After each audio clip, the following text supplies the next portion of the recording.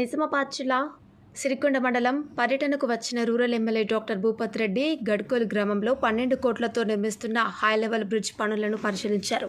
సందర్భంగా పనుల్లో నాణ్యత ఉండే విధంగా చూడాలని, బ్రిడ్జ్ పనులను వేగవంతంగా పూర్తి చేయాలని అధికారులను ఆదేశించారు.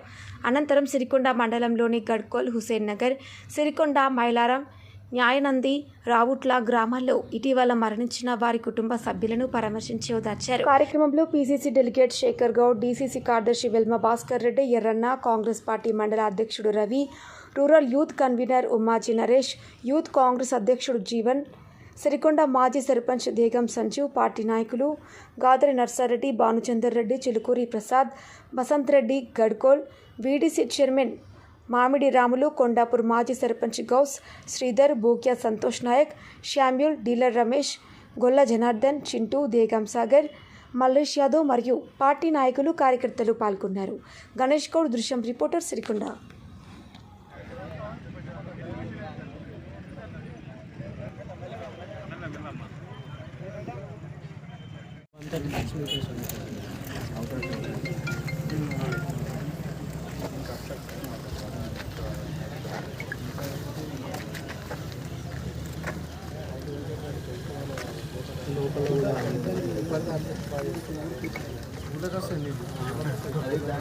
వెనక సైడ్ కాశ్మీర్ ఏరియా మ్యాప్ చేస్తాను సార్. అది కాంటూర్ మ్యాప్ తోటి మ్యాచ్ చేసి దాన్ని సబ్మర్జ్ కాకుండా ఉండాలి కదా.